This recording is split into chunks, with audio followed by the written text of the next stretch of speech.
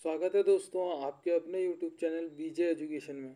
दोस्तों हमने last video में पढ़ा था उत्तराखंड की पुरा प्रजातियाँ किसमें इसमें हमने पढ़ा था कि सर्वप्रथम उत्तराखंड में कोल प्रजाति आई, फिर किरात प्रजाति आई, उसके बाद खसों ने उत्तराखंड पर राज किया।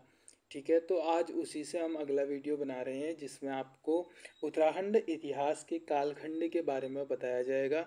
उत्तराखंड का जो इतिहास है वो विभिन्न कालखंडों में विभक्त था, जो मुख्यतः इस प्रकार थे जैसे प्रागैतिहासिक काल, आद्य ऐतिहासिक काल और ऐतिहासिक काल।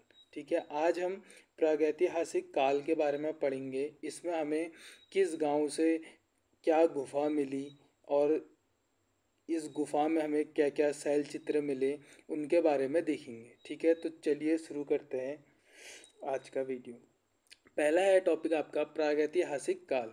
अल्मोड़ा के कालामाटी व मल्ला पैलानी नामक स्थान पर प्रागैतिहासिक काल के शैलचित्र मिले। ठीक है, कालामाटी और मल्ला पैनाली नामक स्थान कहाँ स्थित है पूछा जाएगा, तो इसका राइट आंसर आपका अल्मोड़ा बनेगा। ठीक है, या फिर क्वेश्चन इस प्रकार भी पूछा जा सकता है कि प्रागैतिहासिक काल के सर्वप्रथम शैलचित्र कहाँ से प्राप्त हुए। ठीक है, अगला पॉइंट है यशोधर मठपाल ने नैनीताल में खुटानी नाला से पाषाणकालीन उपकरणों की खोज की।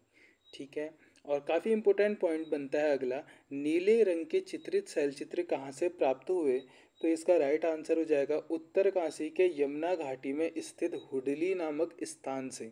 ठीक है, नीले रंग के चित्र प्राप्त हुए थे। अगला है आपका लाखू गुफा।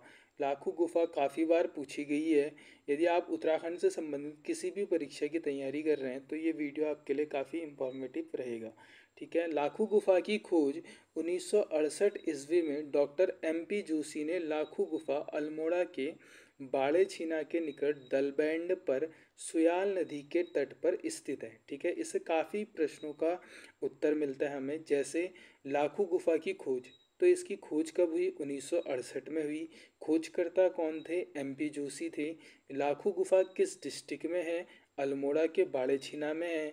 लाखू गुफा किस नदी के तट पर है? तो ये है आपका सुयाल नदी के तट पर।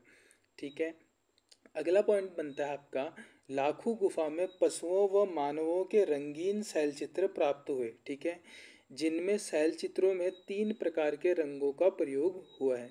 पशुओं और मानवों के शैलचित्र प्राप्त हुए लाखू गुफा से, जिसमें रंगों का भी प्रयोग देखने को मिलता है। ठीक है, लाखू गुफा में मिले शैलचित्रों की तुलना कुछ विद्वान भीमबटेका शैलाश्रयों से करते हैं और यहाँ से नागफनी के आकार का एक भव्य शिलाश्रय प्राप्त हुआ था।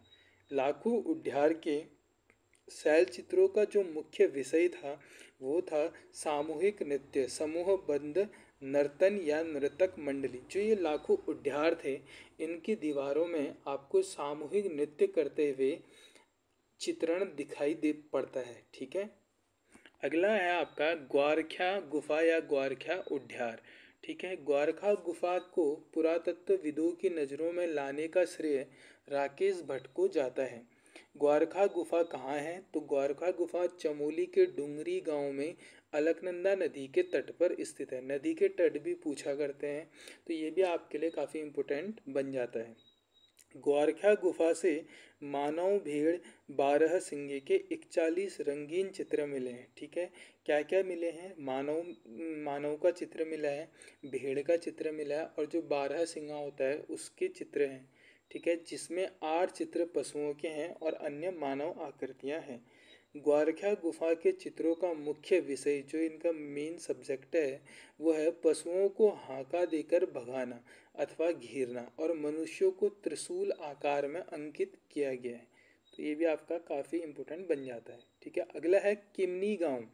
किमनी गांव चमोली के थराली के पास पिंडर नदी घाटी में स्थित है। ठीक है, तो किमनी गांव का स्थल पूछते हैं कहाँ स्थित है, तो ये हो जाएगा आपका चमोली का, और नदी तट पूछते हैं तो पिंडर नदी हो जाएगी। यहाँ हल्के सफ़ेद रंग के चित्रित हथियार एवं पशुओं के शैलचित्र प्राप्त हुए हैं। तो ये आपका काफ़ी इंपॉर्टेंट पॉइंट हो गया, क्योंकि इससे पहले हमने नीले रंग के चित्र पढ़े थे जो आपके उत्तरकाशी हुडली में प्राप्त हुए थे। ठीक है, तो नीले और सफ़ेद रंग के चित्र अगर पूछते हैं तो नीला आपका उत्तरकाशी का हुडली गांव हो जाएगा। हाँ, और आपका किमनी गांव से हल्के सफ़ेद रंग के चित्रित हथियार एवं पशुओं के शैल चित्र प्राप्त हुए। ठीक है। अगला गांव है मलारी गांव। गढ़वाल विश्वविद्यालय द्वारा 1983 व 2001 में मलारी गांव का सर्वेक्षण किया, जो चमोली जिले से सुदूर तिब्बत सीमा पर स्थित है। मलारी सर्वेक्षण में एक पशु का पूर्ण कंकाल मिला, जिसकी पहचान हिमालयी पशु वृषभ जुबू जोबा के तौर पर हुई। मलारी से 5.2 किग्रा सोने का मुखावरण के साथ नर कंकाल व मिट्टी के बर्तन मिले। ठीक है, क्या मिला था मलारी गांव से? 5.2 किग्रा सोने का मुखावरण मिला था। ठीक है, और यहाँ से वृषभ जुबू जोभा के तौर पर हुई थी। मलारी गांव से काले व धूसर रंग के मृदभांड और हत्ते, मृदभांड आपको बताया है मिट्टी के बर्तन होते हैं। ठीक है, हत्ते युक्त कुतूब पर बना मोनाल का चित्र मिला, जिसे आगरा भेजा गया था। शिव प्रसाद डबराल ने 1956 ईस्वी में नीति घाटी के मलारी गांव से मंडलाकार समाधानों की खोज की। समाधान यानी जहाँ पे शवों का अंतिम संस्कार किया जाता है। ठीक है, जिन्हें राहुल सांकृत्यायन ने खस जाति के समाधान भी बताए हैं। ठीक है, मलारी गांव के समाधान पहाड़ी काटकर बनाए गए और इन समाधानों में शवों के घुटने मोड़कर औंधे मुंह लिटाया गया था। तो आपका मलारी गांव भी यहाँ पे कंप्लीट हो जाता है। अगला है अल्मोड़ा के समाधान। अल्मोड़ा के पश्चिमी रामगंगा घाटी के नौला जैनल गांव के समाधानों की खोज किसने की थी? यशोधर मठपाल जी द्वारा की गई थी। अल्मोड़ा के सानड़ा व बसेड़ी ग्राम के समाधान की खोज भी यशोधर मठपाल ने की थी। सांडला एवं बसेड़ी ग्राम से 2 प्रकार के समाधान प्राप्त हुए हैं, जो किस प्रकार हैं? शिष्ट एवं अर्नबैरियल। ठीक है, अगला है लुएथाप। लुएथाप अल्मोड़ा जिले से लाल रंग, अब आपके 3 रंग हो चुके हैं, नीले, सफ़ेद और लाल। ठीक है, तो लुएथाप में आपके लाल रंग के चित्रित 3 शैलाश्रयी प्राप्त हुए हैं। लुएथाप का अर्थ क्या होता है? रक्त चित्र होता है। ठीक है, लुएथाप के शैल चित्र में मानव को शिकार करते और हाथ में हाथ डालकर नृत्य करते दिखाया गया है। ठीक है, तो अगर प्रश्न ऐसे बनता है कि हाथ में हाथ डालकर नृत्य करते किस में दिखाया गया है, तो वे लुएथाप के शैल चित्र में दिखाया गया है। अगला है पेटशाला व फड़कानौली।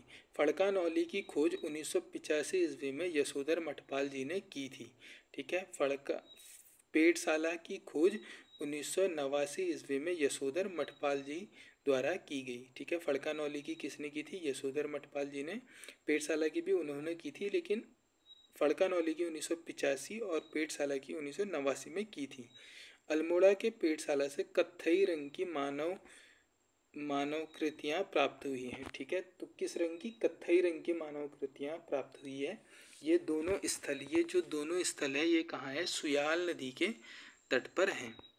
अल्मोड़ा के फड़कानौली से 3 शैलाश्रयों की खोज हुई है। अगला है फल सीमा। अल्मोड़ा के फल सीमा से योग तथा नृत्य मुद्रा में मानव चित्र प्राप्त हुए हैं। तो अगर प्रश्न बनता है कि योग तथा नृत्य मुद्रा में जो मानव चित्र हैं वो कहाँ से प्राप्त हुए हैं, तो वो आपके फल सीमा से हुए हैं। फल सीमा में 2 चट्टानें हैं जिन पर 2 कप मार्क्स बने हुए हैं। कप मार्क्स मैंने आपको बताया था ओखली को कहा जाता है, तो 2 ओखली भी प्राप्त हुई है। ठीक है, और आज का अंतिम पॉइंट है आपका बनकोट के बारे में।